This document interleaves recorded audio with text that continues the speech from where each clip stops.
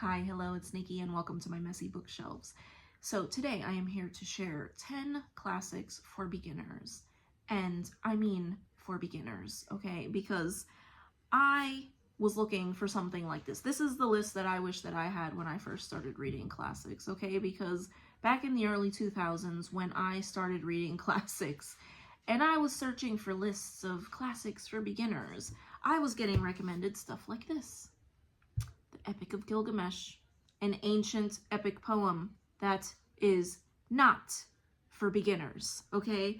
Another one that I have seen recently recommended for beginners and on many lists is Wuthering Heights, recommended as a Gothic novel for people who love Gothic fiction.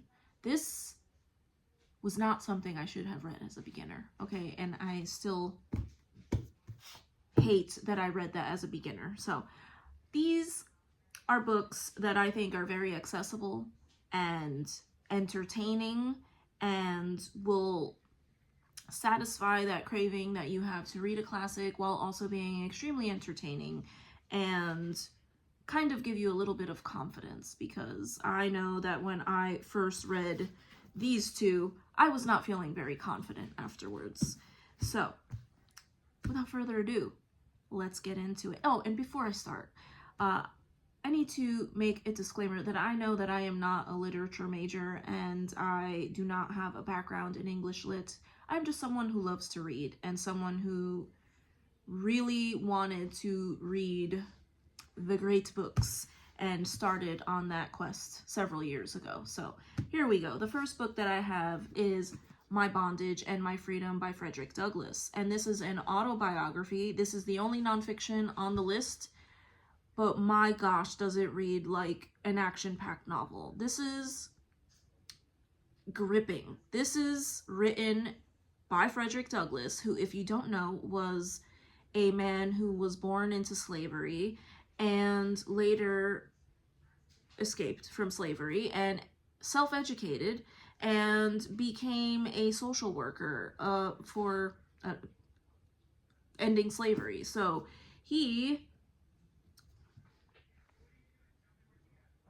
and this book takes us all the way from when he was a small child, all the way through all of the horrific things that he suffered through in his life on a plantation, a couple of plantations, and takes us all the way through him being a free man and having an education and touring with the abolitionists, and even making it so far as making it to England and touring England as well. So this was so fascinating, so, like I said, gripping. This is such a page turner. You would never know that this is a true story. So cannot recommend this one enough. And I just loved it so much. It was, for such a difficult topic, for it to end on a hopeful note is something that also helped me to get through that book, because I hate reading about people suffering. Okay, the next book is War of the Worlds by H.G. Wells, and we've all heard of the movies and seen the movies maybe, but the book is so much better. Okay, we have our main character who is trying to survive this invasion from these aliens. So he is a fascinating character, and he is getting into all kinds of adventures while trying to escape these tripod things. So fascinating and so fast-paced, and you will be so entertained. I loved it so much more than the movies. And the next one I was torn between this one and one of her other books, but this is My Cousin Rachel by Daphne du Maurier. And we've all heard of Rebecca, which is also fantastic, but another Gothic book by her. And this is the tale of a young man named Philip who becomes obsessed with a woman who he believes may have killed his beloved cousin. So he hates her, but she is very beautiful, and he starts to become obsessed while also fearing that she might be out to get him too. So I know I'm not doing it justice, but It is incredibly atmospheric, and it is very page-turning as well. So just seeing his obsession grow and not knowing whether she is trying to end his life or whether she is in love with him as well. So it is it is a psychological thriller in my opinion, but I just found it so fascinating and so page-turning. So love this one as well. The next one I have is one that is mentioned on other lists, and that is And Then There Were None by Agatha Christie. And this is the story of 10 strangers who are all gathered together on an island that is very isolated. And they all make it to this island for different reasons. They believe they have been invited by someone else. And when they get there, it is just the 10 of them. And one by one, they start to perish. And we hear that there is a reason why they are being picked off one by one, and we don't know who it is, and there is no one else on the island, so who is responsible for this? This is the first Agatha Christie that I read. I can still remember the first time I read it, which was in middle school, and I adored this one. This is one of my favorite books of all time. I still get the warm and fuzzies from this, even though it deals with murder. And this is 1984 by George Orwell, a novel that I think everyone is familiar with. Everyone has heard of Big Brother. So this is the tale of a man named Winston who lives in this alternate reality of where we live in ourselves. And he lives in a society where the Ministry of Truth is in charge of everyone and everything.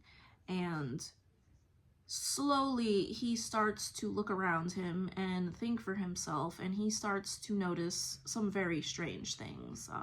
For instance, that history gets rewritten after the events happen to make history true. So it is a very uncomfortable read. I don't want to say more than that because I feel like I'll ruin it, but it is very unsettling. It is very unsettling. So I highly recommend this one, and I am due for a reread of that at some point soon. The next one I have is one that I recently reread, and that is Cranford by Elizabeth Gaskell. I love Elizabeth Gaskell, and this is a very short novel, but it is a very humorous novel, very different from the other things that I have just mentioned. And this is a very slice of life type of novel, centered around a small village in England where our community is mostly based, mostly consists of women. So we have our spinsters, we have a couple of marriageable women, and we're just following their lives, their day-to-day lives, and the very tongue-in-cheek conversations that they have, and the scandalous things that they talk about, and how they're all in a flutter when a man comes to the village. So love this one, and this could be a gateway for Elizabeth Gaskell. I just love Elizabeth Gaskell, so highly recommend this one, and it is very short, so I think it's very easy to get through. There is also a very excellent audio version of this book as well. The next one that I'll mention is The Swiss Family Robinson, and this is by Johann David Wyss, or Wyss. I am not entirely sure how to pronounce that, but this is the story of a family who gets shipwrecked on an island, and they have to survive.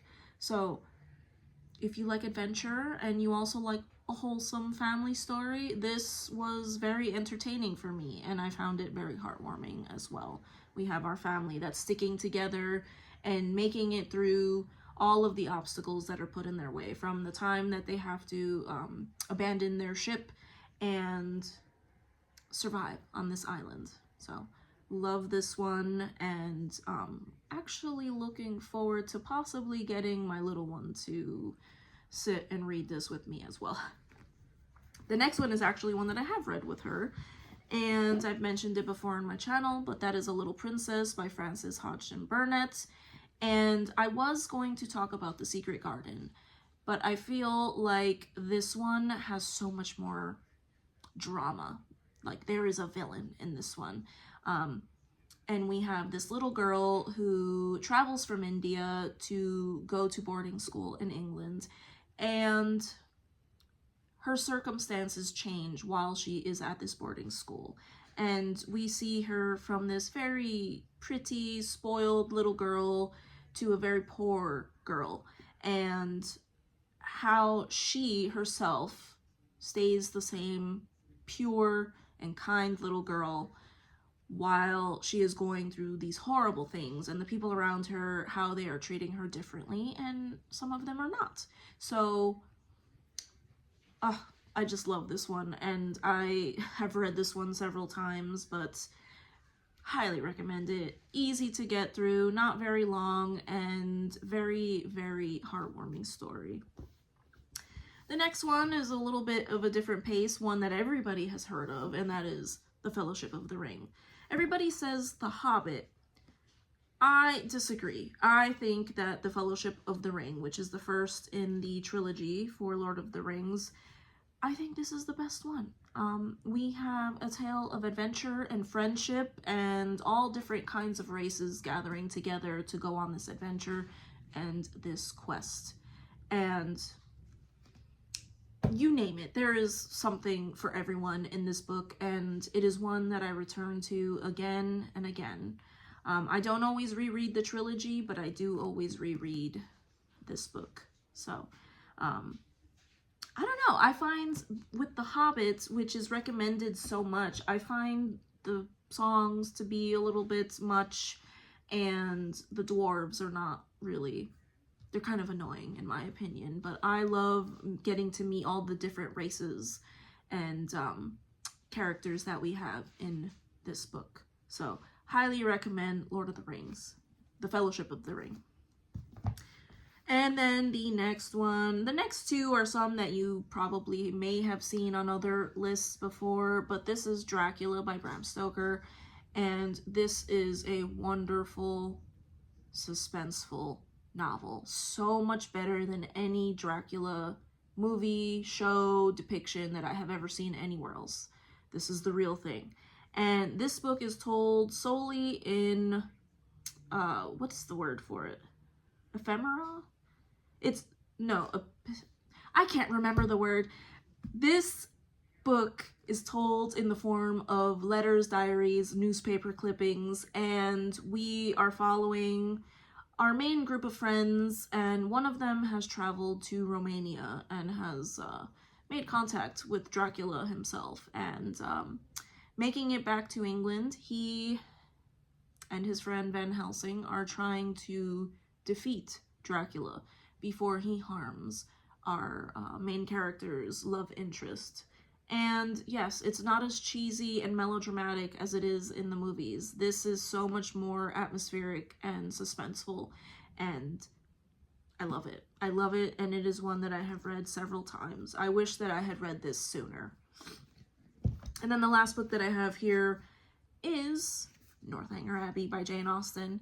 A lot of people recommend Pride and Prejudice, but some people recommend this one. In my opinion, I think this one is the easiest to start with because A, it is very small, and B, it is funny. It is very funny. Our main character, Catherine, is a huge fan of Gothic novels, and she kind of feels like she's living in a Gothic novel. So as she goes through all kinds of little mishaps, she has to discover that life is not a Gothic novel, and she needs to figure herself out. So I found it very amusing. It is very satirical. It is like a fake Gothic novel, and it is very funny. And I also find the love interest in this book to be the most entertaining and charming. So, but yeah, that is it for my list of classics for beginners, for regular people.